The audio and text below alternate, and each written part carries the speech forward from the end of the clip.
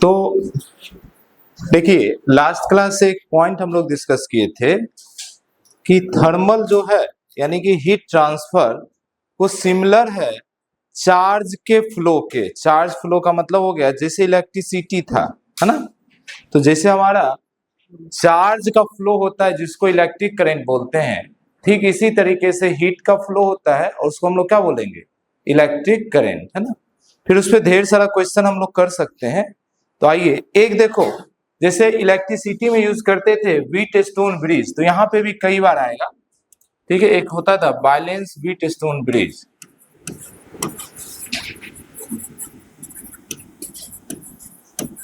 अभी अभी आपको याद हो तो 12 में पढ़े होंगे अभी अभी। बैलेंस व्हीट स्टोन ब्रिज में क्या होता था कि अगर मान लो चार रेजिस्टेंस का कॉम्बिनेशन है,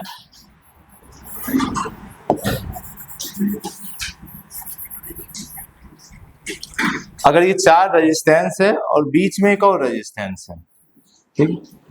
अब अगर मान लीजिए ये R1 है, ये R2 है, R3 है एंड R4 और ये R5। अब अगर कोई आपसे बोले कि R5 से करंट फ्लो नहीं कर रहा है, यहाँ पे गैल्वेनोमीटर होता था उसमें नो डिफ्लेक्शन होता था, तो if no current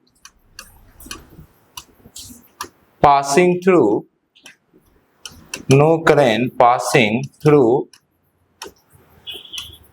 R5 then, तो क्या होगा बताइए, बैलेंस व्हीट स्टोन ब्रिज कैसा होता था। फिर इसका रेशियो इसके रेशियो के बराबर, ऊपर वाले का रेशियो नीचे वाले रेशियो के बराबर, यानी R1 बाय R2 इक्वल हो जाएगा R3 बाय R4 के। क्या मेरी बात समझ पा रहे? इसको एक और तरीके से लिख सकते हैं, क्रॉस कर सकते हैं, यानी कि ऐसा भी कर सकते हो, लेफ्ट का रेशियो राइट के रेशियो के बराबर होता है, तो इसको ऐसा भी कर सकते हैं, क्रॉस कर दीजिए। R1 by R3 should be equal to R2 by R4। Same इसी तरीके से अगर हीट में हमें 5 रॉड दे दे, जैसे 5 रेजिस्टेंस है, 5 रॉड दे दे, यही कॉम्बिनेशन लगाए और बोले बीच वाले रॉड से कोई हीट कम फ्लो नहीं कर रहा है, तो उसका यहाँ जैसे रेजिस्टेंस था वहां पर कंडक्टिविटी होता है, कंडक्टिविटी जो है इसी रेशियो में रहेगा। जैसे मान लीजिए आपको दे दिया गया कि 5 रॉड है, ठीक है ना। ये मान लो K1, K2, K3 and K4 और K5, 5 रॉड है जिसकी conductivity K1, K2, K3, K4, K5 है। अब अगर आपसे कोई बोले कि K5 से कोई हीट फ्लो नहीं हो रहा है, if no heat flow through K5 then हम लोग बोल सकते हैं फिर उसी तरीके से K2 बाय K3। अच्छा देखो, सेम नाम लिखना है तो ऐसा कर दो, इसको 1 बना देते हैं। अगर नाम सेम रखना है तो हम लोग इसको बना देते हैं 1, K1, K2, K3 and K4। तो K1 by K2 should be equal to K3 by K4। ये जस्ट इलेक्ट्रिसिटी की तरह ही है, ये जस्ट इलेक्ट्रिसिटी की तरह ही है। आई होप मेरी बातें आप समझ पा रहे होंगे, ठीक है। अच्छा, ये सारी चीजें तो ऐसा ही था। अब थोड़ा क्वेश्चन सॉल्व करते हैं हम लोग। देखिए 4 अब हम लोग क्वेश्चन लिख रहे हैं, लिखिए 4 rod are maintained at same temperature difference.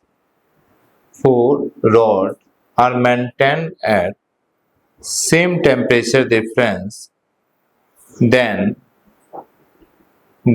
in which rod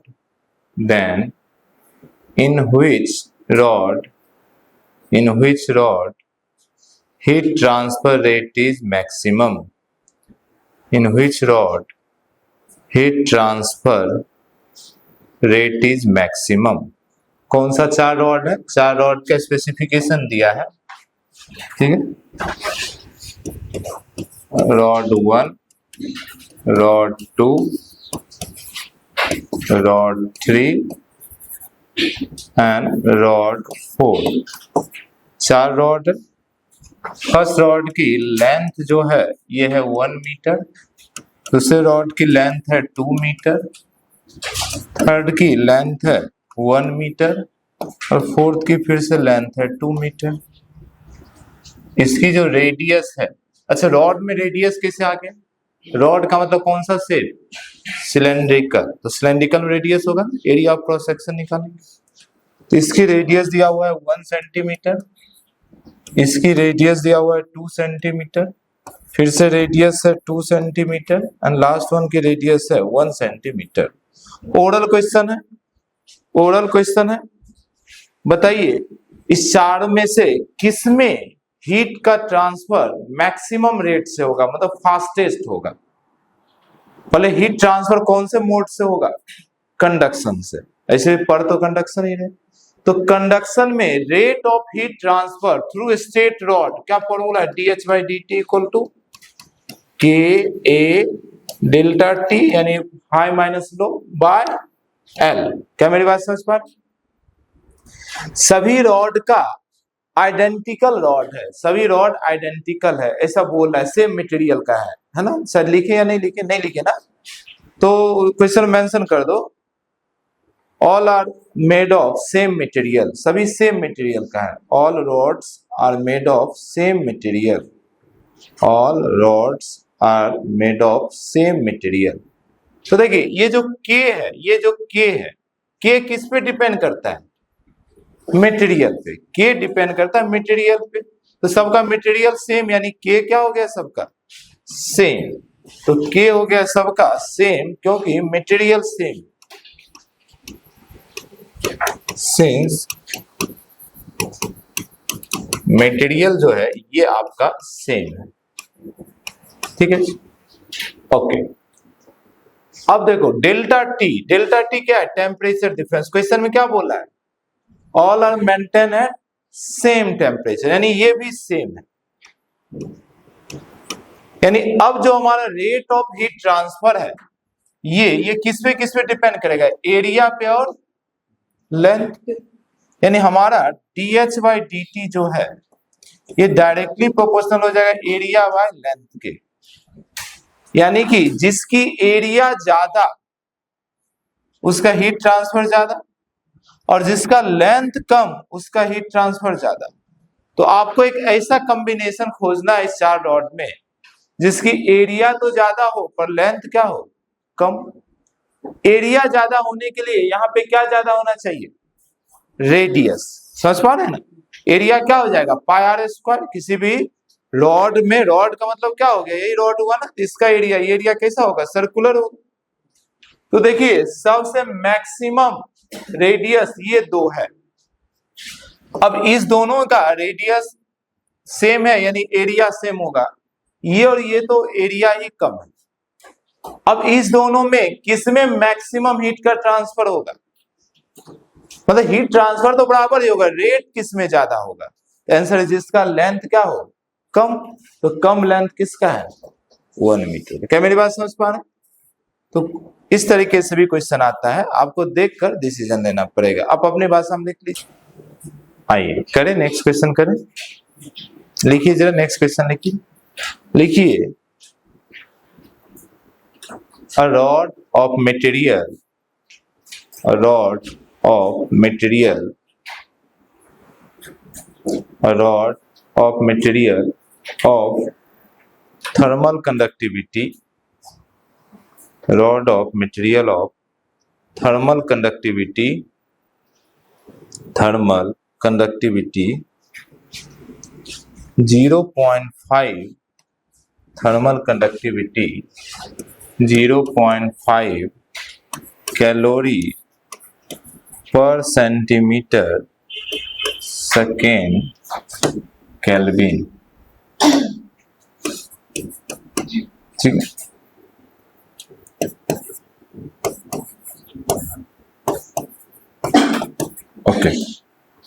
लिखिए, फुल स्टॉप लिखिए, फाइंड टेम्परेचर डिफरेंस या टेम्परेचर ग्रेडियंट, टेम्परेचर डिफरेंस ही लिख लो, फाइंड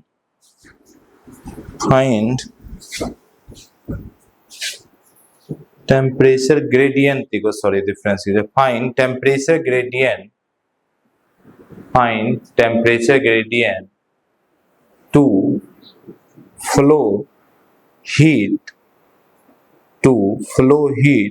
एट देखो 10 calorie per centimetre square second rate to flow heat at इतना, ठीक है, रेट, इस रेट से हीट को फ्लो कराना है हमें। क्वेश्चन सिंपल सा है, एक रॉड है जिसका जो भी मटेरियल से बना है उसका कंडक्टिविटी ये है। अब हम चाहते हैं इससे जो हीट फ्लो करे एट द रेट ऑफ ये, flow the heat at rate of ये, ठीक है ना। तो बोल रहा है कि बताओ इसका टेम्परेचर ग्रेडियंट कितना होना चाहिए। क्लियर है? कैसे सॉल्व करेंगे?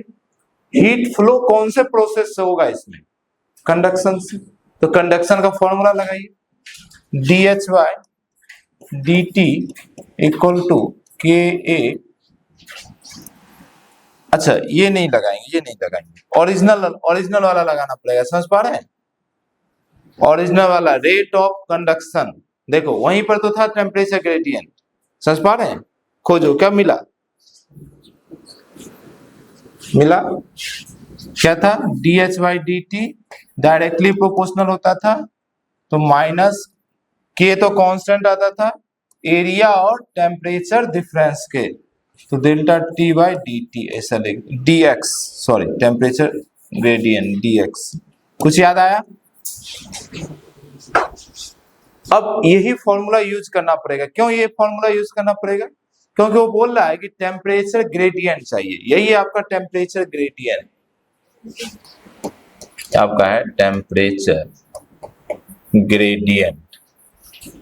अच्छा जी, इसने जो दो वैल्यू दिया है 0.5 और 10, क्या क्या है पहचान पा रहे हैं?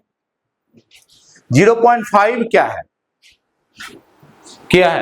K, पहचान रहे ना? तो वो तो K है। और 10 क्या है? 10 हीट ट्रांसफर रेट होता तो कैलोरी पर सेकेंड होता। देखो dH/dt का अगर वैल्यू होता तो कैलोरी हीट का और टाइम का सेकेंड, पर यहाँ पे एक और दिख रहा है सेंटीमीटर स्क्वायर, किसका यूनिट है? एरिया का, यानी हीट रेट दिया है पर यूनिट एरिया, तो इसको भी इधर लाएंगे, समझ पा रहे हैं? तो जरा ध्यान से देखिए ये क्या होने वाला है। एक स्टेप और करेंगे, dH/dt और इसको इधर लेकर आ जाओ, K इंटू A, ठीक, इक्वल टू माइनस dt/dx। इस तरीके से यूनिट से पहचानना आना चाहिए। अच्छा मैं ना एक काम कर रहा हूं,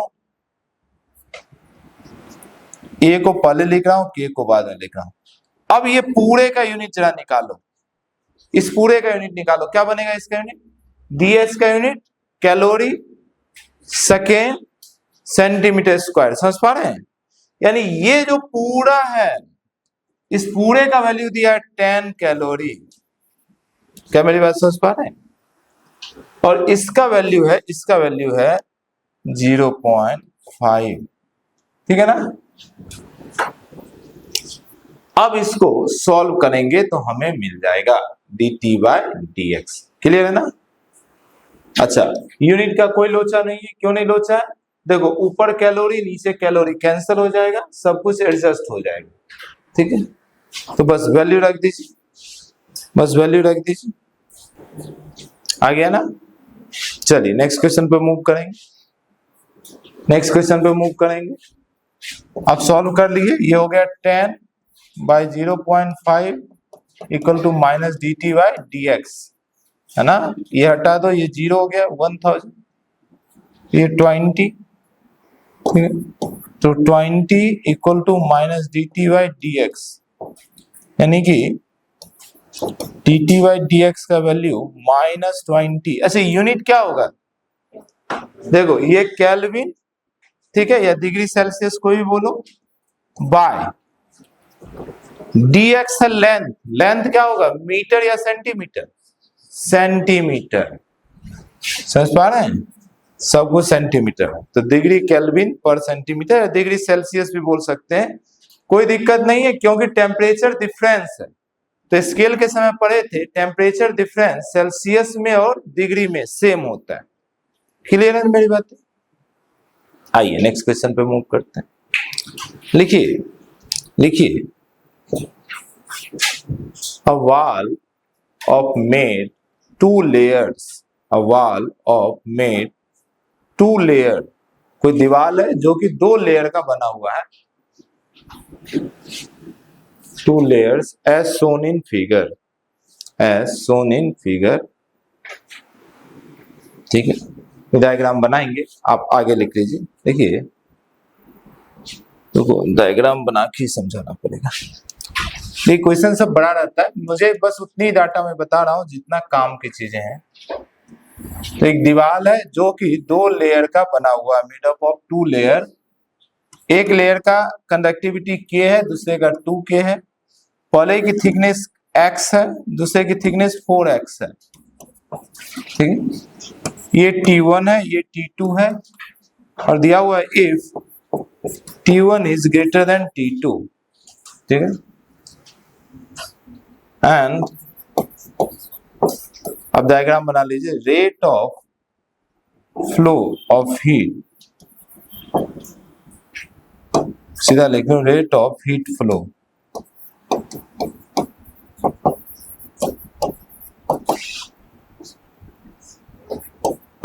K A T1 minus T2 into F by X, then find the value of F, then find F। तो बोला ये दीवार है जिसमें दो लेयर है, पहला लेयर जिस मटेरियल का बना हुआ उसकी कंडक्टिविटी K, लेंथ X, दूसरा दीवार जिसकी कंडक्टिविटी 4x और ये 2x, इसकी 2k इसकी कंडक्टिविटी है। अब बोला इससे जो हीट फ्लो हो रहा है वो इस रेट से फ्लो हो रहा है, ये है रेट ऑफ हीट फ्लो। बोला इसमें जो ये F दिख रहा है, ये F क्या है, यानी F की वैल्यू क्या है, ठीक है, ये दीवार जरूर दिया है, पर हम लोग इसको सॉल्व करेंगे सेम उसी तरीके से जैसे सॉल्व करते थे, सीरीज कॉम्बिनेशन ऑफ रॉड, समझ पा ना, ये कैसा कॉम्बिनेशन है, सीरीज, अरे एक दीवार इसके बाद दूसरा दीवार हमेशा मानेंगे, दो लेयर है तो। अब सीरीज कॉम्बिनेशन में कल हम लोग फॉर्मूला निकाले हीट फ्लो रेट का, समझ पा रहे हैं, कल एक फॉर्मूला बनाए थे हीट फ्लो रेट का, देख लीजिए सीरीज कॉम्बिनेशन में,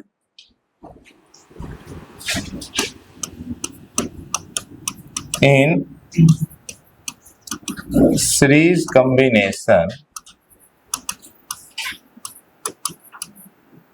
series combination rate of flow,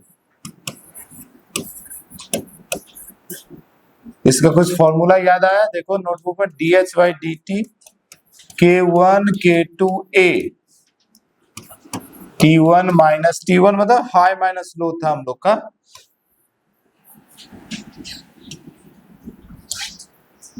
T high minus T low divided, उल्टा चलता था K1 L2 plus K2 L1, देख लीजिए जरा, कल ऐसा कुछ किए थे हम लोग, लो अब इसमें उसमें कंपेयर कर लेंगे, फिर हमें F पता चल जाएगा क्या है। तो इस क्वेश्चन में देखो K1 K2 तो वही है, K1 का वैल्यू मान लो K और K2 का वैल्यू क्या 2K, क्लियर है ना। अच्छा एरिया वगैरह नहीं दिया, यही मान लो, दोनों का एरिया तो सेम ही है। T हाई है T1, T लो है T2, K1 का वैल्यू K और L2 है 4x प्लस K2 का वैल्यू 2K और L1 का वैल्यू x। चलिए इसको और सॉल्व कीजिए जरा, ये हो गया, ध्यान देखिए 2K² A T1 minus T2 divided 4kx plus 2kx, ठीक है, यानी ये हो जाएगा। देखिए सब में k कॉमन लेके कर सकते हैं, अगली स्टेप में कर देते हैं। डिवाइडेड 4 इंटू 4 प्लस 2 6 ना, 6kx, ठीक है। तो ये k से ये कैंसिल हो जाएगा और ये 3 हो जाएगा। तो हमारा ये वाला टर्म जो बचेगा, ये वाला टर्म जो बचेगा, मैं यहां लिख रहा हूं, ध्यान से देखिए, ये बचा ka T1 minus T2 divided 3x। लो अब जरा ये टर्म और ये टर्म आपने फॉर्मूला से निकाला, तो फॉर्मूला से आपको निकल रहा है कि हीट ट्रांसफर रेट इतना है, इसके बाद ये स्टेप है, और क्वेश्चन में दिया हुआ है कि हीट ट्रांसफर रेट इतना है, ये दोनों सेम है, तो दोनों कंपेयर करके F पता चल रहा है कितना है, कितना है F 1/3 है ना, तो F का वैल्यू हो गया 1/3। इस दोनों को कंपेयर करेंगे तो पता चलेगा F का वैल्यू हो गया 1/3। लिखिए जरा, F का वैल्यू हो गया 1/3। क्लियर है ना, ये हो गया ना सभी का। चलिए आइए नेक्स्ट क्वेश्चन चलते हैं। A rod of length, लिखिए a rod of length, लिखिए a rod of length 0.1 meter, a rod of length 0.1 meter and 0.36 and 0.36 meter square and 0.36 meter square area is maintained 100 degrees Celsius temperature, is maintained 100 degrees Celsius temperature at one end,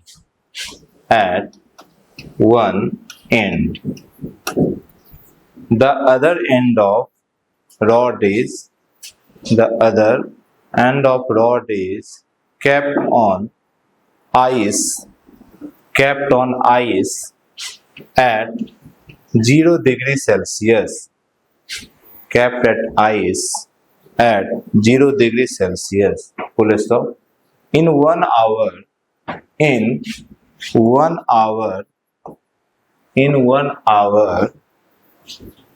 4.8 kg, in 1 hour 4.8 kg ice is melt, 4.8 kg ice is melt, then find thermal conductivity of rod, then find thermal conductivity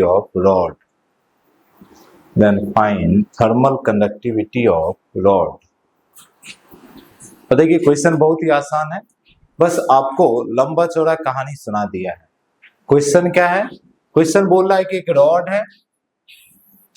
rod है जो कि बहुत सारा ice के ऊपर रखा गया है, ठीक है। मान लो इधर आइस है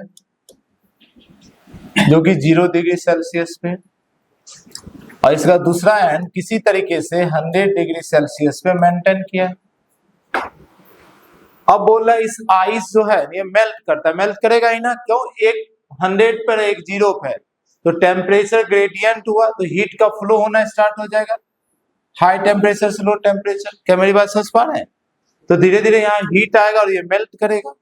तो बोला जो हीट के कारण मेल्ट किया है वो किया है 1 घंटे में 4.8 kg।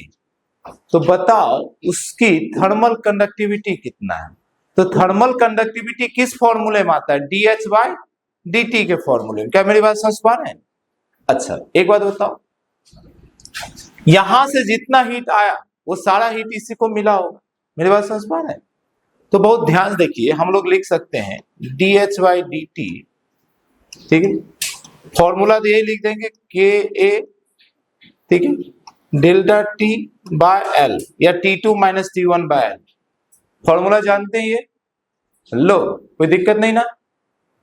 अब देखिए ये जो है DH, ये है हीट, इसको कितना हीट मिला आइस को, वही हीट तो ये है, जो हीट गया वही हीट तो इसको मिला। तो आइस को कितना हीट मिला आपको पता है? आइस को मिला है 1 घंटे में इतना हीट जिससे 4.8 kg मेल्ट हो गया। तो बताओ हीट रिक्वायर्ड, मैं यहां पे अलग से कहीं कर रहा हूं, heat required to melt 4.8 kg ice, बताओ इस Q का कौन सा फॉर्मूला होगा? मेल्ट करता है कौन सा Q से? लेटेंट वाला, ml वाला, समझ पा रहे हैं?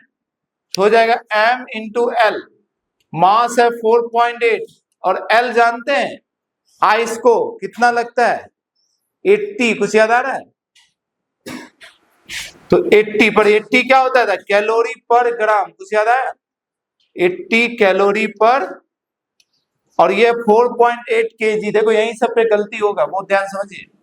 तो एसआई में अगर काम करना है तो इसको जूल में बदलना पड़ेगा, और इसको किस में बदलोगे? केजी में, समझ पा रहे हैं? आइए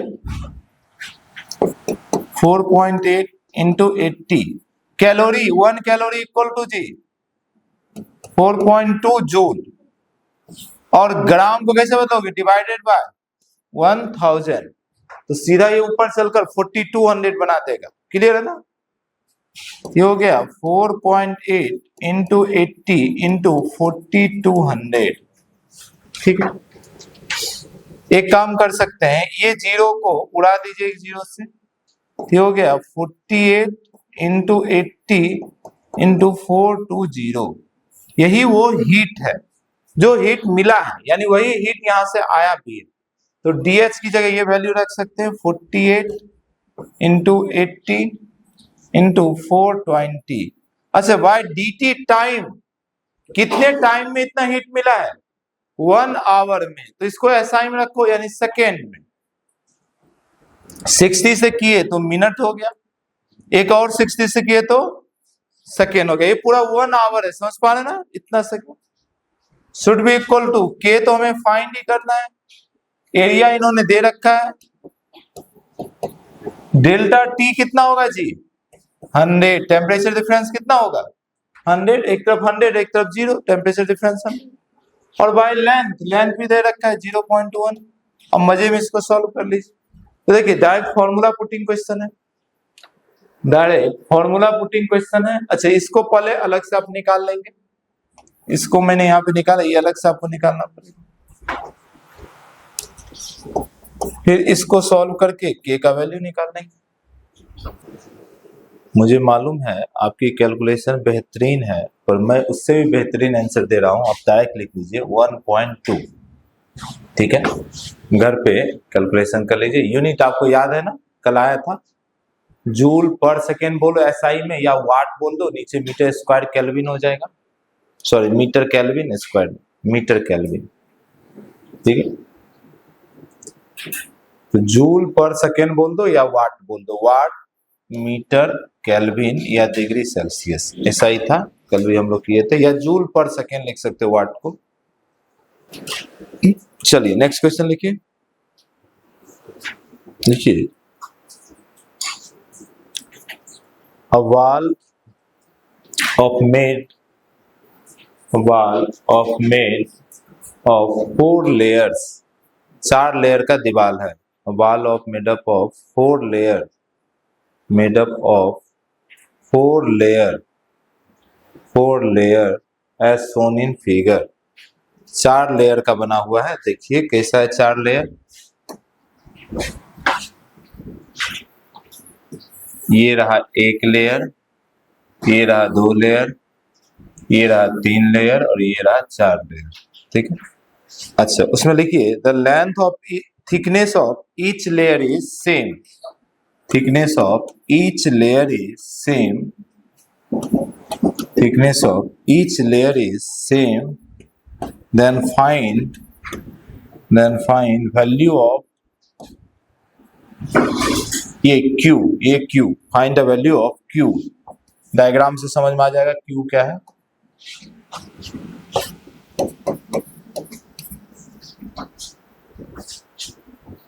देखिए एक दीवार है, दीवार में 4 लेयर है।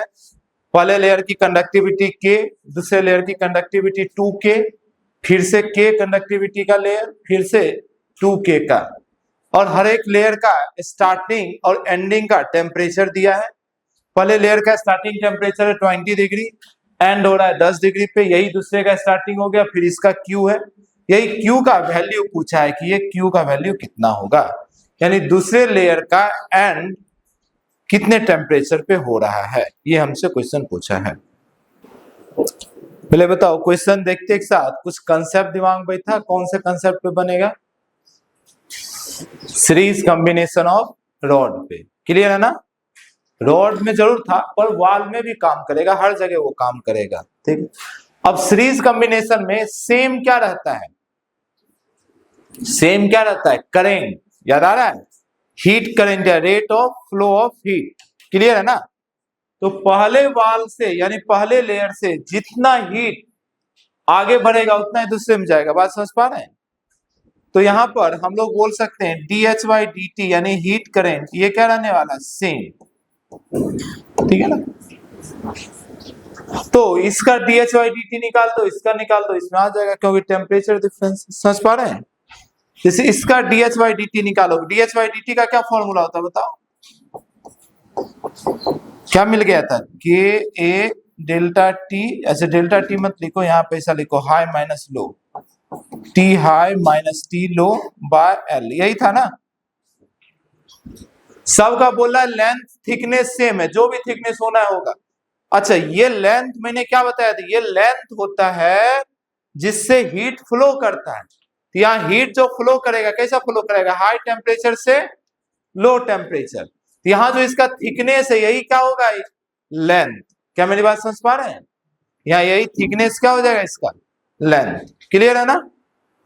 तो मानो पहले लेयर का हीट फ्लो निकालेंगे तो क्या हो जाएगा? पहले का K तो K ही है, एरिया सबका सेम रहेंगे A, और हाई माइनस लो यानी 20 माइनस 10 और डिवाइडेड लेंथ कुछ भी मान लो x, थिकनेस कुछ भी ले लीजिए, x है थिकनेस है, T मान लेते हैं, T मान लो। अच्छा जितना इससे पास किया उतना इससे भी पास करेगा। तो देखो जरा इसका कितना होगा, इसमें हीट कितना पास कर रहा होगा, फॉर्मूला लगाइए। इसका K कितना है? 2K। क्या मेरी बात समझ पा रहे हैं? एरिया तो A ही हो गया, और टेम्परेचर डिफरेंस इसका हाई ये है ना, तो Q माइनस 10 और बाय लेंथ क्या हो जाएगा? इसका भी थिकनेस T ही। अब चूंकि दोनों में सेम होगा, समझ पा रहे हैं, हर लेयर का हीट फ्लो रेट क्या रहेगा? सेम। तो इतना और इतना इक्वेट कर दीजिए, तो यहां लिख सकते हैं since dH/dt remain same through each layer, इसीलिए आप बोल सकते हैं कि अच्छा 20 माइनस 10 सीधा कर दे रहा हूं मैं 10 by T should be equal to, ये हो गया 2KA और Q माइनस 10 डिवाइडेड T। अब इसको सॉल्व करना है और Q का वैल्यू निकालना। देखिए KA कैंसल, T कैंसल, 2 से ये बन गया 5, लेफ्ट हैंड साइड बचा 5, राइट हैंड साइड बचा Q माइनस 10, तो Q का वैल्यू बच गया 5 प्लस 10, लो कहीं तो गड़बड़ है, 15 कैसे आ जाएगा?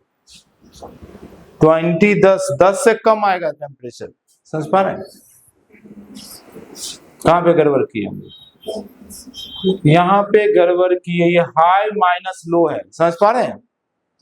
तो 10 माइनस Q लिखेंगे, क्लियर है ना? यहीं पे गड़बड़ हो गया।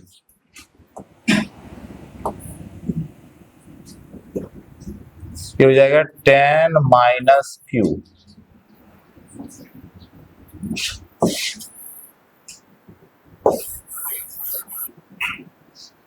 हो जाएगा 10 माइनस क्यू। ठीक है, तो 5 इक्वल टू 10 माइनस क्यू, तो क्यू को इधर ले आए, इधर बचा 10 माइनस 5। हाँ, अब देखो क्यू का वैल्यू आ गया 5 डिग्री सेल्सियस। ये सही है, कितना आसान क्वेश्चन है। आइए नेक्स्ट क्वेश्चन पे मूव करेंगे। लिखिए क्वेश्चन लिखिए। अच्छा, सारा क्वेश्चन मैं ही कर रहा हूं, इसलिए कर रहा हूं कि आप घर पे करें, है ना। Steam eight 100 degree Celsius, steam at 100 degree Celsius is passed into 20 gram water, passed into 20 gram water at 10 degree Celsius, at 10 degree Celsius। Repeat कर दे रहे हैं, steam at 100 degree Celsius is passed into 20 gram water at 10 degrees Celsius till the temperature of mixture become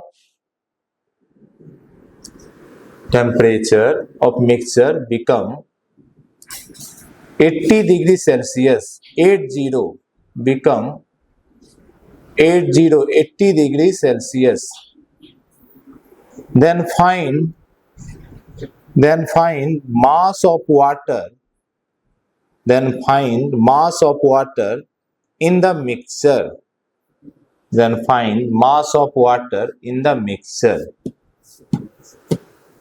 question कुछ समझ में आ रहा है? पढ़िए जरा एक बार क्वेश्चन। अब ना थोड़ा थोड़ा अब आपका भी काम करना शुरू कीजिए। 4-5 क्वेश्चन मैंने कर दिया ना, एक लेवल बन गया, थ्योरी हो गया, 5-7 क्वेश्चन हो गया। अब आपको इन्वॉल्व होना है सॉल्व करने में। तो क्वेश्चन सॉल्व होने से पहले हमें यह समझना पड़ेगा क्वेश्चन क्या है। क्वेश्चन में क्या बोल रहा है?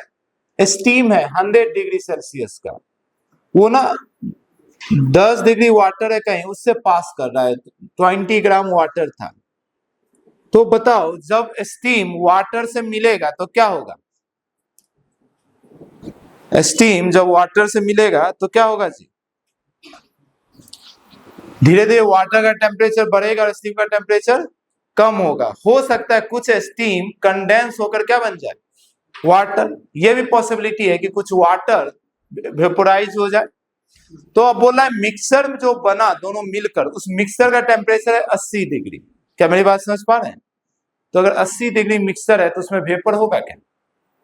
80 डिग्री वेपर रहेगा क्या? नहीं, यानी वो क्या है? वाटर। वो क्या है?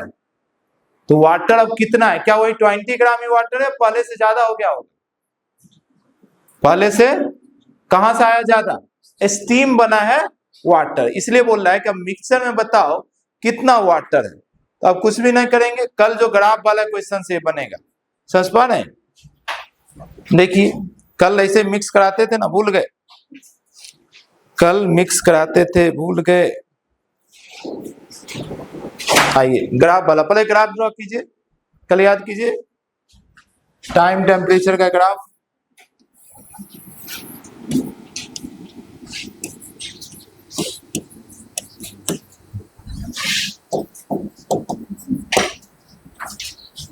एक तो 100 डिग्री है, 100 डिग्री, 100 डिग्री, ये है स्टीम। अच्छा कितना स्टीम हमें पता नहीं, तो हम मान लेते हैं m, ठीक है। और दूसरा है कितना टेम्परेचर पे है, कितना टेम्परेचर था जी वाटर का?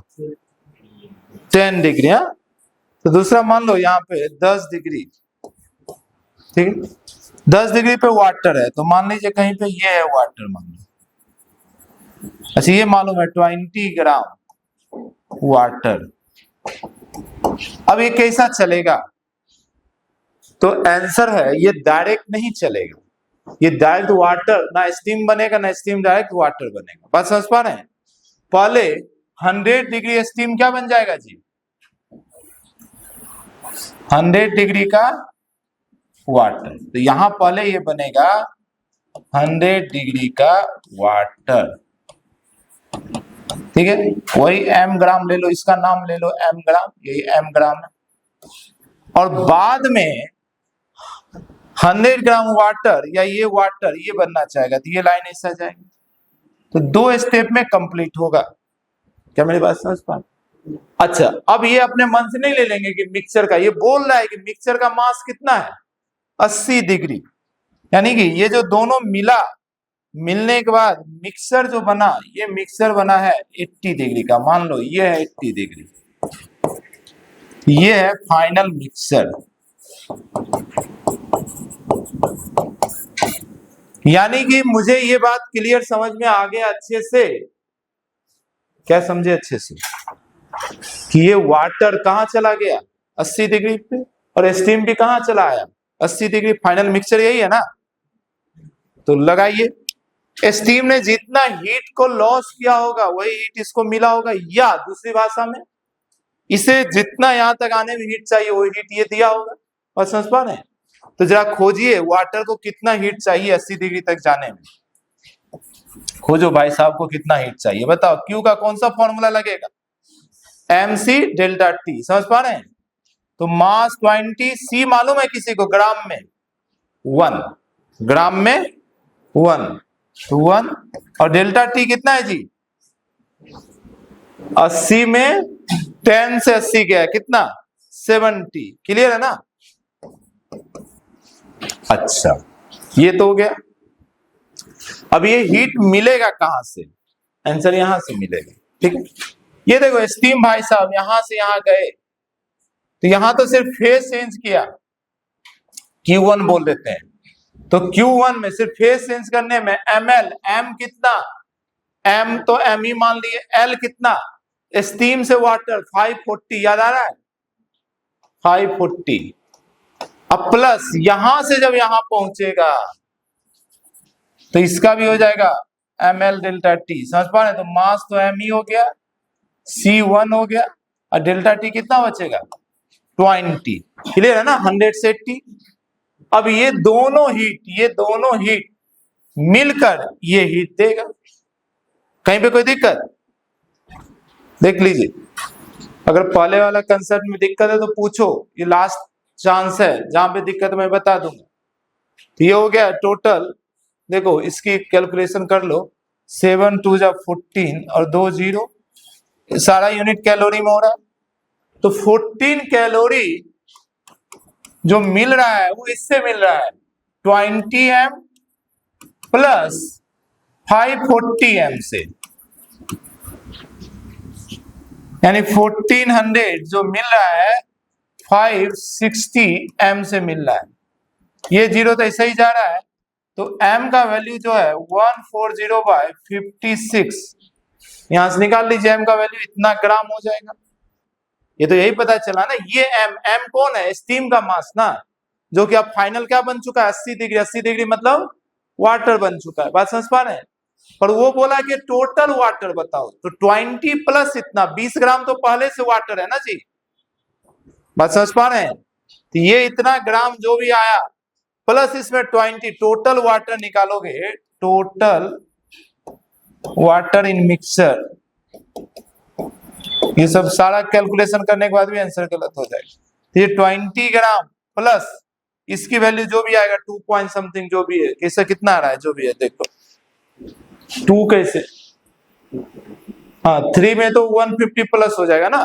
तो 2 पॉइंट जो भी आएगा, 2 पॉइंट जो भी है, यानी कि 22 पॉइंट जो भी इतना ग्राम हो जाएगा। ठीक है ना? आइए एक पैटर्न है क्वेश्चन का, बहुत ही इजी पैटर्न है, वो सिखा देते हैं हम आपको। वो क्या है ना, ऐसा मनोरंजन वाला क्वेश्चन है, देखोगे अच्छा फील होगा, आंसर भी अच्छा आ जाएगा, और 3-4 बार आया है अपनी एग्जाम में। आइए जेईई मेंस भी पूछा है, बच्चों वाली एक पैटर्न है क्वेश्चन का, करवाते हैं। ये हो गया ना? चलिए आइए ये सबसे आसान पैटर्न कराते हैं। पूरा चैप्टर में कुछ सीखे नहीं सीखे उससे कोई मतलब नहीं, ये ऐसा क्वेश्चन आएगा तो बन जाएगा, गारंटेड है। चलिए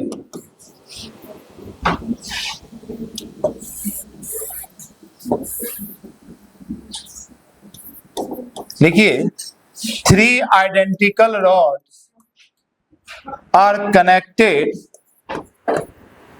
as shown in figure, then find the temperature,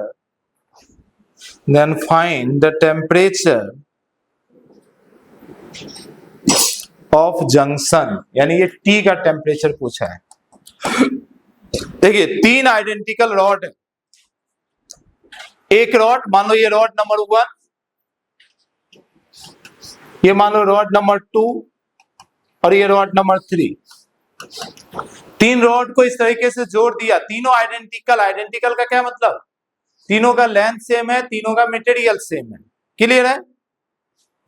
temperature अलग अलग है, ये दोनों 60 डिग्री एक एंड पर है, दूसरा है 0 डिग्री एंड पर, और तीनों यहाँ पे मिल रहा है। तो बोला जहां पे मिला, जो जंक्शन बना, वहां का टेम्परेचर कितना होगा। क्या मेरी बात समझ पा रहे हैं? एक तो हम आपको ट्रिक समझाते हैं जिससे पूरा चैप्टर से कोई लेना देना नहीं है, ठीक है? तो जो ट्रिक है ये पहले सीख लो, यही आज तक नीट में सिर्फ यही ट्रिक पे ही आया है, ठीक है? पूरा चैप्टर से कोई लेना देना नहीं, 1 सेकंड में आंसर आ जाएगा, पर ट्रिक कब लगाना ये याद रखना, कब लगाना है। ये लगाना है ओनली फॉर आइडेंटिकल रॉड। जब भी इस टाइप का क्वेश्चन आए पर रॉड आइडेंटिकल हो तब ये लगाएंगे। अगर तीनों का लेंथ अलग हो गया, के अलग हो गया, तो ये ट्रिक काम नहीं करेगा। फिर मैं आपको तरीका भी सिखाऊंगा। तो अभी जो भी ट्रिक सीख रहे हैं वो कब लगाना है? जब रॉड कैसा हो? आइडेंटिकल। 3 हो, 4 हो, 10 हो, उससे मतलब नहीं। आंसर है सीधा एवरेज निकाल देंगे, वही आंसर हो जाएगा। 3 टेम्परेचर दिख रहा है, 60, 60, 0। समझ पा रहे हैं?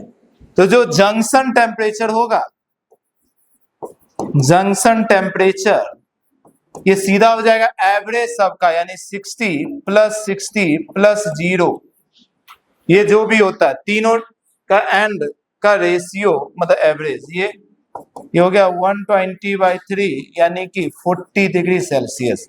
बताइए सीखे या नहीं सीखे? इससे आसान कुछ भी है क्या? आया है अपने एग्जाम? ऐसे एक बार नहीं आया, कई बार आया, ठीक है? अब देखो इसका ओरिजिनल तरीका पे जाते हैं। ये तो ट्रिक है, ओरिजिनल तरीका क्या है बहुत ध्यान समझिए, लॉजिक समझिए। आप लोग तो बुद्धिमान है, ऐसे भी किसी चीज को तुरंत समझ जाते हैं, इतना बुद्धिमान है आप लोग। देखिए जरा ध्यान से, आप लोग जानते हैं हीट हमेशा हाई टेम्परेचर से लो टेम्परेचर क्या करता है? मूव करता है, ट्रांसफर होता है। इधर 0 डिग्री है, समझ पा रहे मेरी बात? और इधर 60 है, तो ये दोनों क्या चाहेगा? टुई टुई। क्या मेरी बात समझ पा रहे? कुछ टुई टुई, इधर से इधर हीट जाना चाहेगा और इधर से इधर हीट जाना चाहेगा। क्या मेरी बात समझ पा रहे हैं? तो जो रॉड 1 में हीट आएगा वो इक्वल होगा रॉड 3 और रॉड 2 के हीट के। इधर से कुछ dH/dt आ रहा होगा। क्या मेरी बात समझ पा रहे हैं? हीट करेंट, इधर से कुछ हीट करेंट आ रहा होगा और दोनों हीट करेंट मिलकर यहाँ पे आ रहा होगा। क्या मेरी बात समझ पा रहे हैं? तो क्या हम लोग देखो ओरिजिनल कैलकुलेशन करवाते हैं, तो हम लोग लिख सकते हैं dH/dt, जो कि हमारा रॉड 1 से में गया, पास किया, वो कहां से आया? इस दोनों से आया। तो dH/dt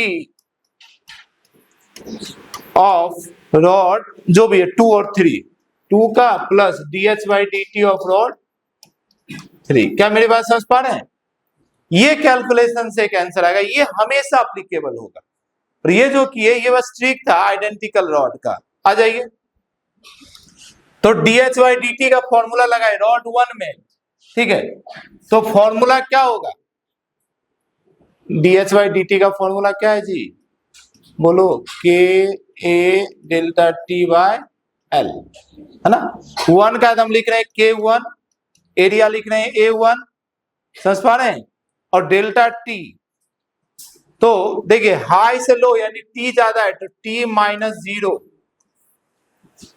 और by length L1 equal to फिर इसका K2A2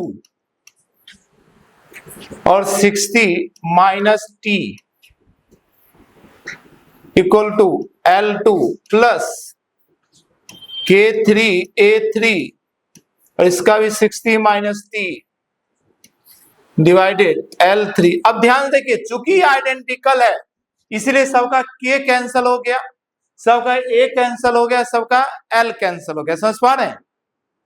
तो इसीलिए डायरेक्ट आंसर आ गया, अदरवाइज आपको यही प्रोसेस से सॉल्व करना पड़ता है। क्या बात समझ पा रहे हैं? ये जो वैलिड है ओनली फॉर आइडेंटिकल, ये ओनली फॉर आइडेंटिकल के लिए ये तरीका है, और ये ऑलवेज, ऐसा ऑलवेज करेंगे हम लोग, कभी भी कर सकते हैं। क्या मेरी बात समझ पा रहे हैं? अब इसी में for identical L1 L2 L3 बराबर है A1 A2 A3 बराबर है K1 K2 K3 बराबर है, और सबको कैंसिल कर दीजिए। तो देखिए लेफ्ट हैंड साइड बचा T, राइट हैंड साइड बचा 60 minus T plus 60 minus T। ये देखिए ये 60 60 120 अब माइनस T माइनस 2T, इधर T, ये माइनस 2T इधर आ जाएगा, 3T इक्वल टू 120 दिख रहा है, T इक्वल टू फिर से आ गया 120/3, यही आ गया। क्लियर है ना? पर ये सिर्फ इसलिए हुआ क्योंकि वो आइडेंटिकल था। हालांकि अभी तक कभी भी ऐसा क्वेश्चन नहीं आया है जिसमें आइडेंटिकल नहीं हो। अपने PYQ देखोगे हमेशा आइडेंटिकल का ही आता है। तो आइडेंटिकल आता है तो पूरा चैप्टर भूल जाओ, बस याद रखो एवरेज निकाल देना है बस। यहाँ पे ना कोई फॉर्मूला याद रखना ना कुछ याद रखना है। सेम ऐसा एक दो प्रैक्टिस कर लो, मन खुश हो जाएगा, और कुछ तो बनता नहीं, कम से कम ये बन जाए। Four identical rods are connected as shown in figure। अच्छा, मैं जो भी करा रहा हूँ PYQ ही करा रहा हूँ। Four identical rods are connected as shown in figure। Find temperature of their junction। चलिए जल्दी से करिए, खुश हो जाइए, जल्दी से करिए। एक और क्वेश्चन है अपनी।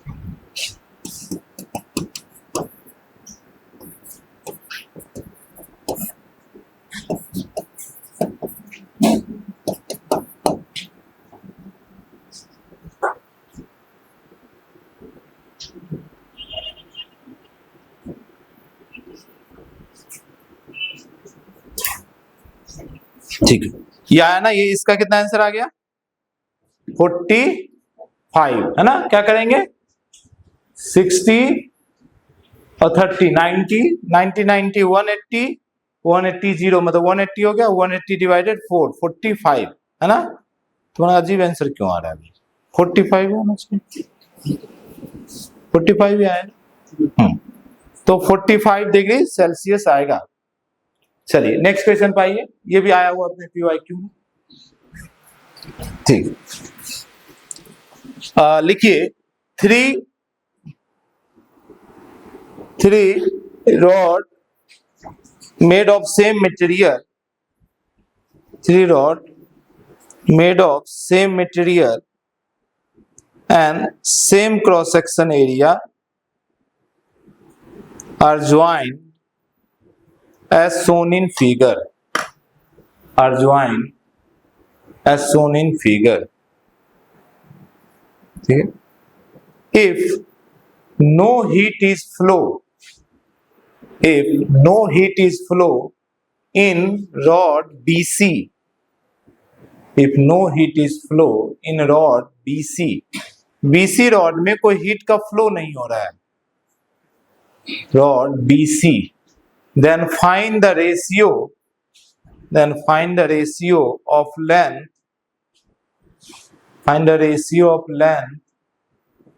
of rod AB and BD,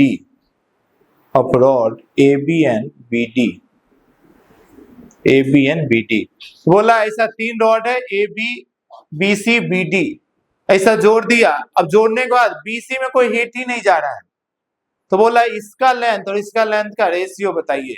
दोनों का मटेरियल सेम है और एरिया सेम है।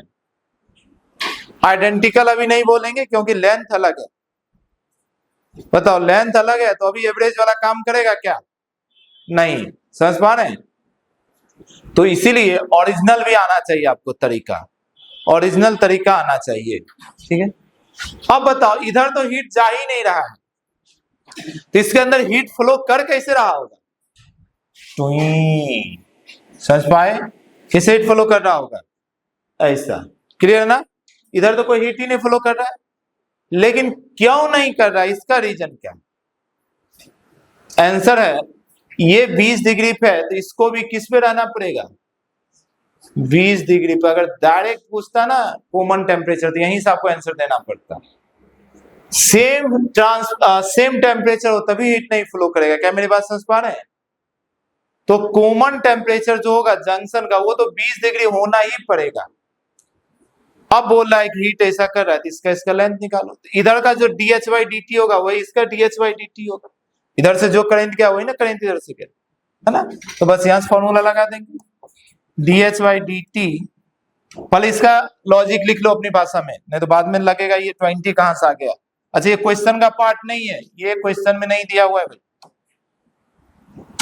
क्योंकि ये बहुत जरूरी है। अगर वो 20 डिग्री नहीं होगा तो सॉल्व ही नहीं होगा क्वेश्चन। यहाँ 20 डिग्री कैसे आया ये अपनी लॉजिक से आप मेंशन कर दे। यहाँ का टेम्परेचर हो जाएगा 20 डिग्री, और जब ये हो जाए तो dH/dt कर सकते हैं हम लोग। dH/dt of AB should be equal to dH/dt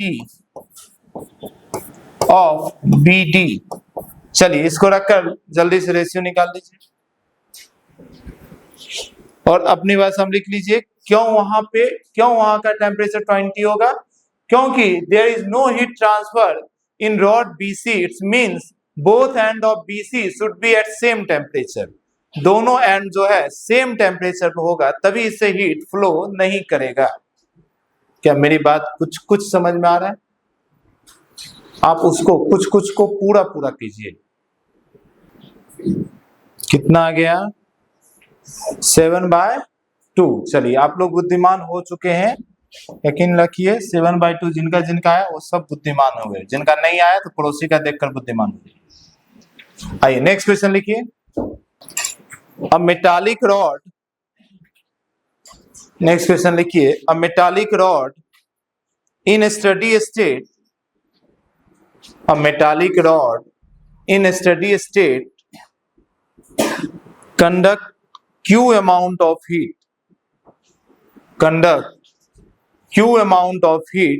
in T second,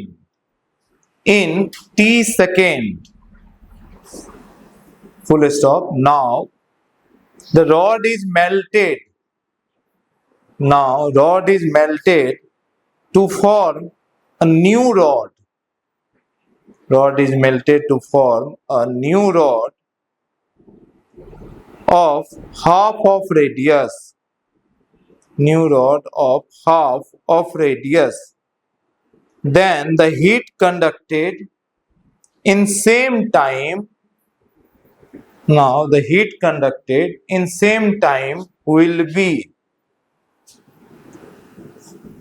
Heat conducted in the same time will be. Question पढ़िए, समझने की कोशिश कीजिए। क्वेश्चन पढ़ें, समझने की कोशिश करें। 2 मिनट समय लीजिए। अब ये आखिरी क्वेश्चन है, इसको आप कर लीजिए। देखिए तो रॉड में जो हीट ट्रांसफर होगा, है ना, किस फॉर्मूले से होगा? dH/dt should be equal to क्या? KA डेल्टा T, है ना, बाय L। यही रहेगा ना? अच्छा, अब क्या बोल रहा है क्वेश्चन में कि कोई क्यू हीट टी टाइम में, है ना, किसी टी टाइम में क्यू हीट, तो D Q by D T, इस पूरे का वैल्यू क्यू मान लो, ठीक है। ये जो पूरा है ना, पूरा का पूरा किसी टी टाइम में टोटल हीट कितना फ्लो किया है, क्यू, है ना। कब, ऐसा कुछ है। अब बोल रहा है इफ, अब ना उसको मोल्ड कर दिए, वो जो रॉड था ना उसको मोल्ड कर दिए और नया रॉड बना दिए, नया रॉड बना दिए, तो जो न्यू रेडियस है वो कितना हो गया, पुराने का आधा। क्या मेरी बात समझ पा रहे हैं? तो रेडियस बदलने से क्या क्या बदलेगा इस फॉर्मूले में? क्या के बदल जाएगा? के किस पे डिपेंड करता है? मटेरियल तो नहीं बदला, के सेम रहेगा। क्या एरिया बदल जाएगा? हाँ, एरिया बदल जाएगा, तो एरिया नया निकालो, तो न्यू एरिया, एरिया होगा पाई आर स्क्वायर, आर न्यू का स्क्वायर, यानी कि पाई और आर न्यू लोगे आर बाई 2 इसका होल स्क्वायर, यानी कि पाई आर स्क्वायर बाई 4, और पाई आर स्क्वायर का पुराना एरिया होगा, यानी ए बाय 4। न्यू एरिया जो आएगा ये पुराने एरिया का 1/4 हो जाएगा। अच्छा, क्या डेल्टा टी बदलेगा क्या? नहीं, ये तो एक्सटर्नली मेंटेन करते हैं ना, यानी डेल्टा टी तो सेम रहेगा। क्या एल बदलेगा? एल भी सेम रहेगा। अगर एरिया आधा हो गया तो लेंथ सेम रहेगा? नहीं, लेंथ भी बदल जाएगा। बात समझ पा रहे ना? तो कैसे निकालेंगे? तो क्या सेम रहता है? वॉल्यूम। याद रखिए, सेम क्या रहेगा? वॉल्यूम, क्योंकि मास नहीं बदलेगा और डेंसिटी नहीं बदलेगा। क्या मेरी बात समझ पा रहे हैं? तो वॉल्यूम रिमेन सेम, तो पुराना volume area into length equal to new area into new length. क्या मेरी बात समझ पा रहे हैं?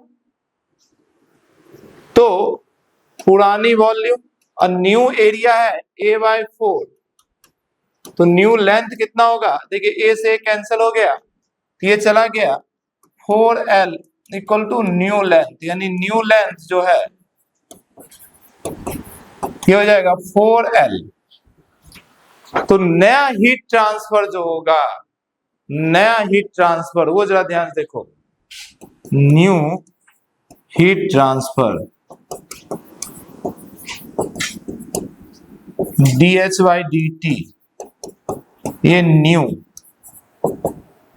फॉर्मूला वही है, के तो के ही रहेगा, पर एरिया कितना ले लेंगे? नया एरिया, नया एरिया क्या ले लेंगे? a by 4। पहले मैं लिख देता हूं, K A new into delta T by L new, ये फॉर्मूला हो गया के डेल्टा टी। अब के का के, एरिया न्यू का a बाय 4, डेल्टा टी रहेगा, और एल न्यू कितना? 4l। क्या मेरी बात समझ पा रहे? हो गया 1/16 टाइम्स के ए डेल्टा टी बाय एल। अब के ए डेल्टा टी बाय एल पहले भी होता था हीट ट्रांसफर, तो ये तो पहले क्यू होता था, यही तो पहले क्यू था, तो अब क्या हो जाएगा? Q by 16।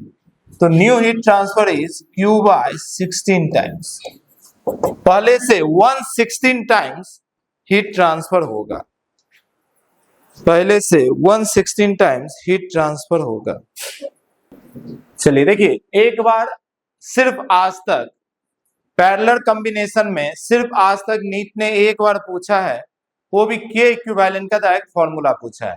तो पैरेलल कॉम्बिनेशन में समझा देता हूं बेसिक, ठीक है, हेडिंग बना दीजिए, parallel combination, parallel combination of rod, parallel combination of rod. हालांकि किसी भी चीज का पैरेलल कॉम्बिनेशन सेम इसी तरीके से काम करेगा। जैसे मान लीजिए ये एक रॉड है जिसकी मान लो ये K1 है और लेंथ इसकी L है। अब दूसरी की लेंथ भी L ही रहेगा और इसका K2, हाँ, एरिया इसका कुछ A1 है, इसका एरिया A2 है, ठीक। अब इधर कुछ रहा होगा हाई टेम्परेचर,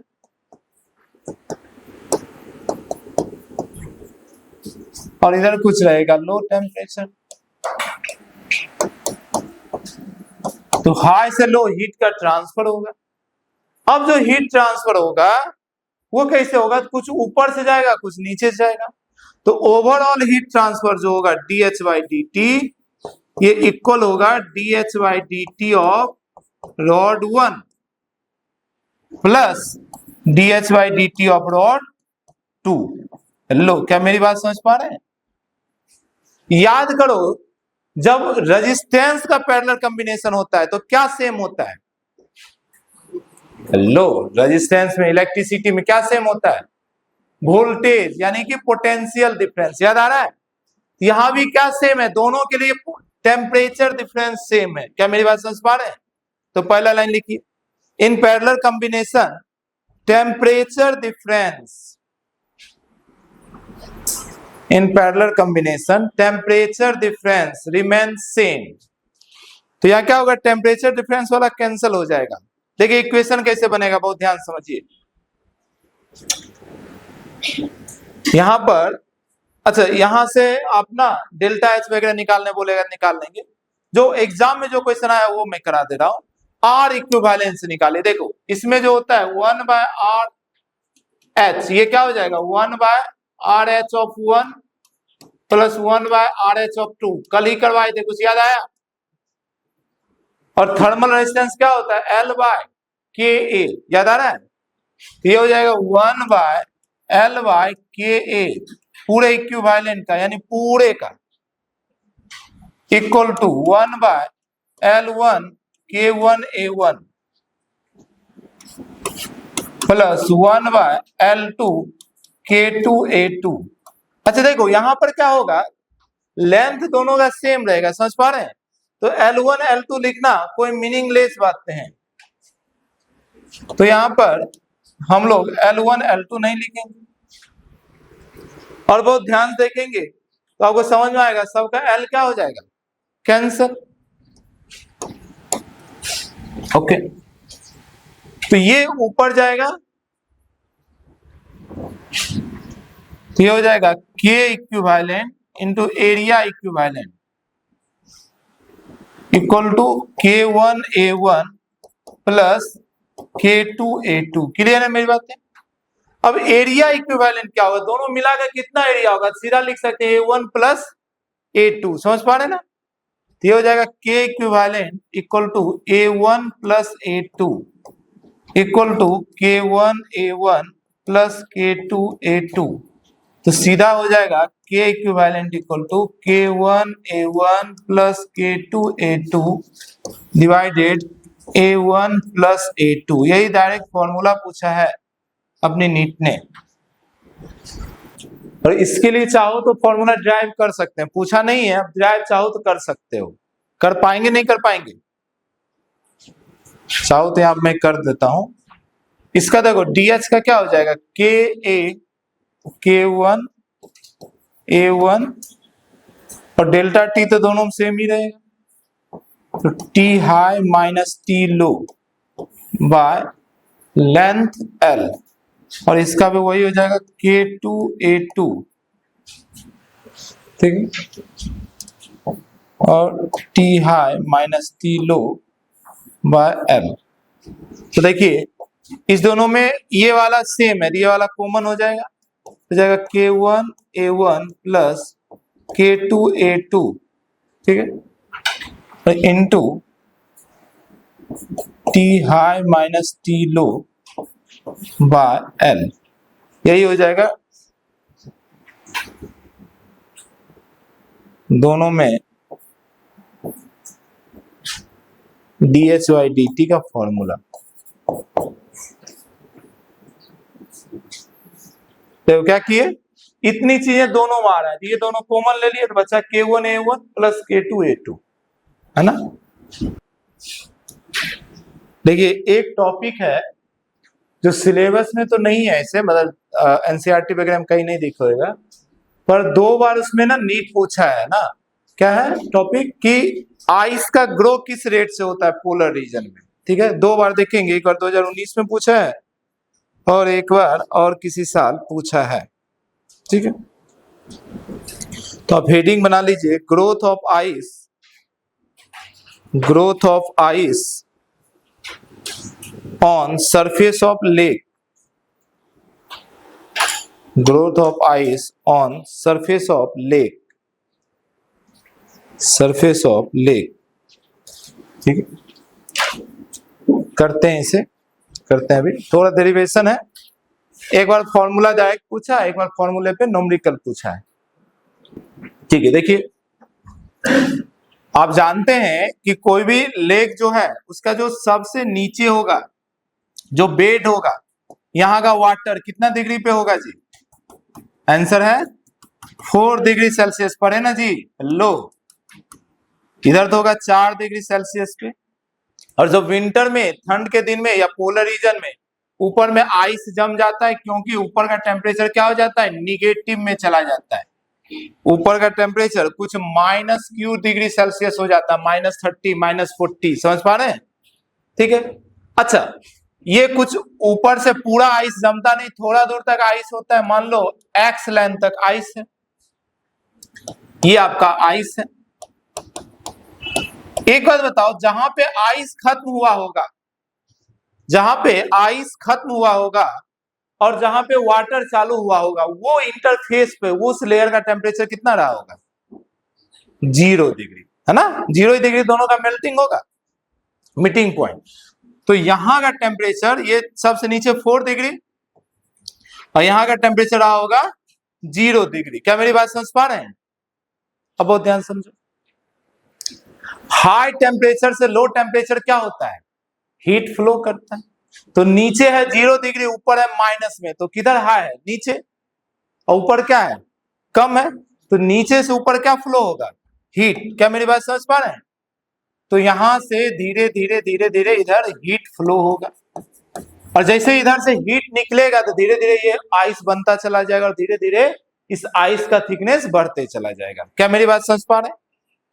तो मान लो कोई dx छोटा सा लेंथ बढ़ा आइस का, dx लेंथ, तो कितने टाइम में कितना लेंथ बढ़ेगा, इसी पे क्वेश्चन आता है, रेट ऑफ ग्रोथ। क्या मेरी बात समझ पा रहे हैं? तो रेट ऑफ ग्रोथ पे क्वेश्चन बनता है। आइए इसको सॉल्व करते हैं। कैसे सॉल्व करेंगे, ध्यान से देखिएगा। हम ना यहाँ पे हीट फ्लो निकालना चाहते हैं, किस रेट से हीट निकल रहा है। ठीक है, आइए हीट फ्लो निकालते हैं। हम लोग लिख रहे हैं dH/dt equal to KA T high minus T low by length L। देख लीजिए, यहां तक में कोई दिक्कत नहीं ना, करें? ओके, अब बहुत ध्यान समझिए, के जो रहेगा के रहने दो, एरिया जो है रहने दो। हाई टेम्परेचर कितना है जी? यहाँ पे 0। हाई टेम्परेचर कितना? ये तो फिक्स है, 0 ही रहेगा। माइनस लो वाला कितना भी हो सकता है, तो माइनस Q डिग्री, कोई भी माइनस। अच्छा, Q गड़बड़ नहीं ना होगा? चलो नहीं होगा, Q डिग्री सेल्सियस, ऐसा Q डिग्री ऐसा दे दो।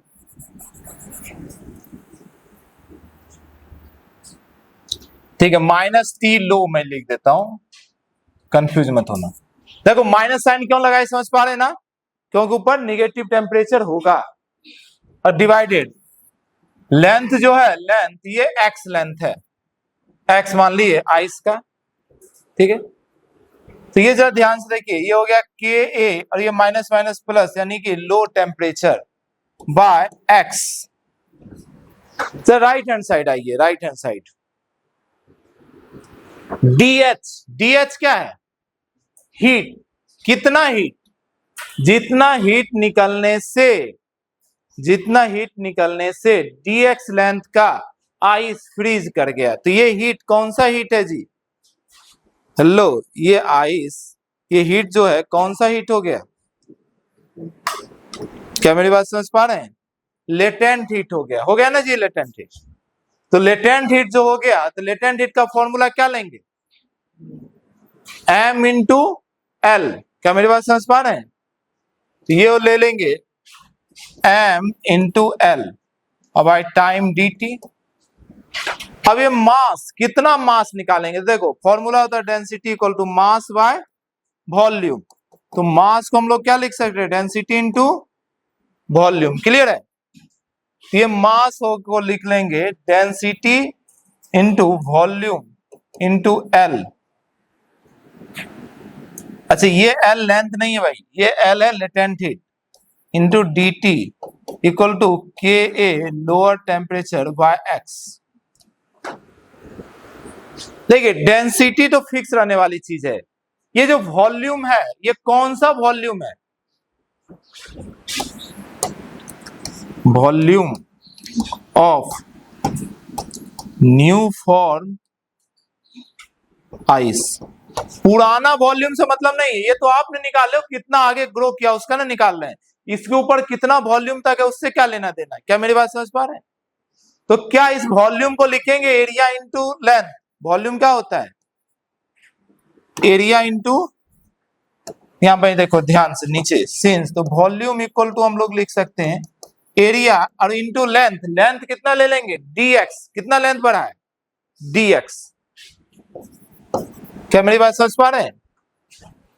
तो बहुत ध्यान से देखिए, लेफ्ट हैंड साइड रो और वॉल्यूम को लिख रहे हैं एरिया इंटू dx और into latent heat L by dt, और राइट हैंड साइड है K A T lower by X. कहीं पे कोई दिक्कत नहीं ना? ओके देखिए एरिया से एरिया कैंसल, इधर देखो जरा dx बाई dt, ये डायरेक्ट फॉर्मूला एकदम पूछा है। ये dx बाई dt क्या है, कोई बता सकते हैं? कोई बोले इसको वर्ड में बोलो तो क्या बोलोगे dx बाई dt को? dx क्या है, इतना ग्रो किया है ना, और टाइम से डिवाइड किया, यानी ये क्या है, रेट ऑफ ग्रो। यही है ना रेट ऑफ ग्रो, लो यही क्या है, रेट ऑफ ग्रो।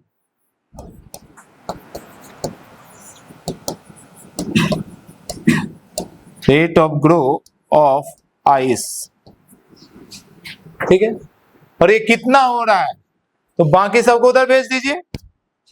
तो के कांस्टेंट है, लो टेम्परेचर बाहर का कांस्टेंट होगा, यहाँ एक्स वेरिएबल नहीं है, एक्स भी एक कांस्टेंट ही है, शुरुआत वाला आइस, हाँ उसको धीरे धीरे आगे जाएगा जो भी।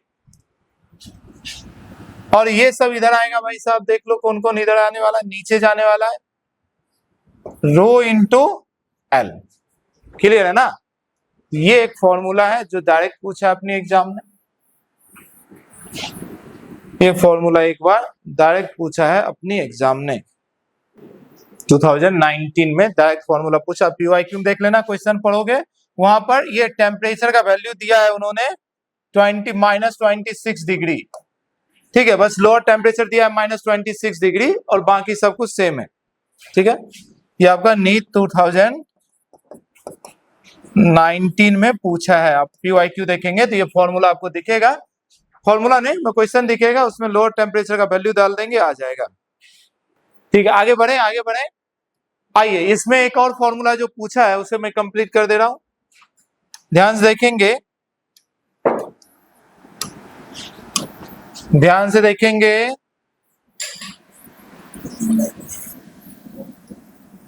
बहुत ध्यान से देखिए, हाँ जी, हमसे ना कई बार ग्रो जो करेगा और टाइम का रिलेशन पूछता है, तो देखो इसी फॉर्मूले में थोड़ा क्रॉस मल्टीप्लीकेशन कर रहे हैं, तो ये इधर क्रॉस किया तो हो गया K T lower into D T equal to, इधर करोगे तो ये हो जाएगा rho L X D X, ठीक है। अब दोनों साइड इंटीग्रेट कर दो, तो इंटीग्रेशन देखो यहां पर सिर्फ dt है और यहां पर x वेरिएबल, रो और l तो कांस्टेंट रहेगा, ये हो जाएगा k tl और dt का हो जाएगा t, t मतलब है time, should be equal to rho l और x dx, x square by 2, ठीक है, तो मतलब एक्स स्क्वायर बाय 2। अब देखो x का लिमिट रख रहे हैं कुछ भी हम लोग 1 से 2 तक, या इनिशियल से फाइनल, x इनिशियल से x फाइनल। तो बहुत ध्यान से देखिए, K T lower into time small T time है equal to rho L by 2, 2 तो बाहर आ गया, और ये रहेगा अपर लिमिट यानी के फाइनल का स्क्वायर माइनस लोअर लिमिट के इनिशियल का स्क्वायर, ठीक है जी। ये सबको उधर भेज दीजिए, तो जो टाइम है ये इक्वल टू हो जाएगा रो एल बाई 2 के टी लोअर, ठीक है, इनटू के फाइनल का स्क्वायर माइनस के इनिशियल का स्क्वायर। इस फॉर्मूले को भी पूछा गया है, जहां पे ये है टाइम, ये क्या है टाइम, ये है टाइम, ये के इनिशियल है, इनिशियल थिकनेस, और ये है फाइनल थिकनेस,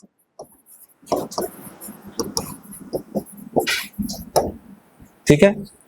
तो यहां से हम लोग डायरेक्ट एक रिजल्ट बोल सकते हैं, ये टाइम जो है ये डायरेक्टली प्रोपोर्शनल होता है, सिर्फ आपको ये याद रखना है के फाइनल का स्क्वायर माइनस के इनिशियल का स्क्वायर, सिर्फ इतना याद रखने से भी क्वेश्चन सॉल्व हो जाएगा, ठीक है। तो ये फॉर्मूला भी डायरेक्ट पूछा, और डायरेक्ट इस फॉर्मूले पे भी क्वेश्चन आया है, एक बार इस फॉर्मूले पे डायरेक्ट क्वेश्चन आया है। यहां तक लिखिए, क्वेश्चन होमवर्क दे रहे हैं, घर पे ट्राई करना, इसी फॉर्मूले पे है, आपका PYQ है। लिखिए लिखिए, in polar region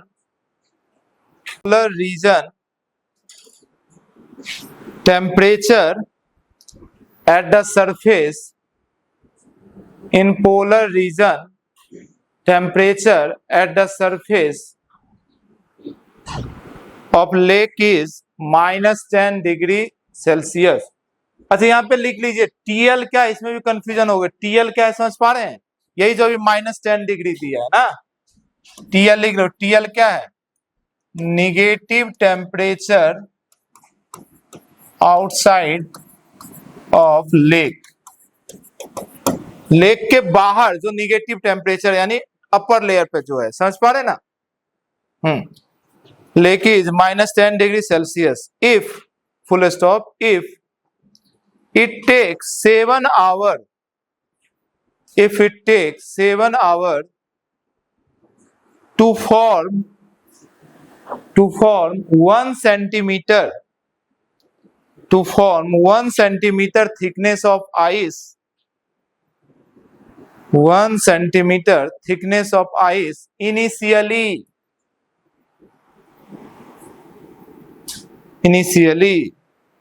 then find the time taken, find the time taken to double the thickness, of ice, double the thickness of ice। आइए क्वेश्चन समझते हैं, ट्राई आप घर पे करें। क्वेश्चन क्या बोल रहा है, कोई लेक है जिसके ऊपर -10 डिग्री का टेम्परेचर है, तो शुरुआत में 7 घंटा लगा पहला 1 सेंटीमीटर आइस जमने में। क्या मेरी बात समझ पा रहे हैं, शुरुआत 1 सेंटीमीटर आइस जमने में कितना टाइम लगा, 7 आवर। ये वाली कहानी है कि ऊपर -10 डिग्री का टेम्परेचर है, ये शुरुआत का 1 सेंटीमीटर जो एक्स दिया था वो 1 सेंटीमीटर है, इसमें लगा 7 घंटा। तो बोला और कितना टाइम लगेगा इसकी थिकनेस डबल होने में, डबल होने का मतलब अभी और नया कितना जम जाए, 1 सेंटीमीटर और जम जाए। तो नेक्स्ट 1 सेंटीमीटर जमने में, क्वेश्चन यही है कि नेक्स्ट 1 सेंटीमीटर जमने में फिर से कितना टाइम लगेगा, क्या 7 ही घंटा लगेगा, 7 से ज्यादा लगेगा। क्या मेरी बात समझ पा रहे हैं, आंसर लिख लीजिए, 21 आवर्स लगेगा। आपको ट्राई करना इसी फॉर्मूले पे होगा, ठीक है। अगली क्लास डिस्कस कर लेंगे।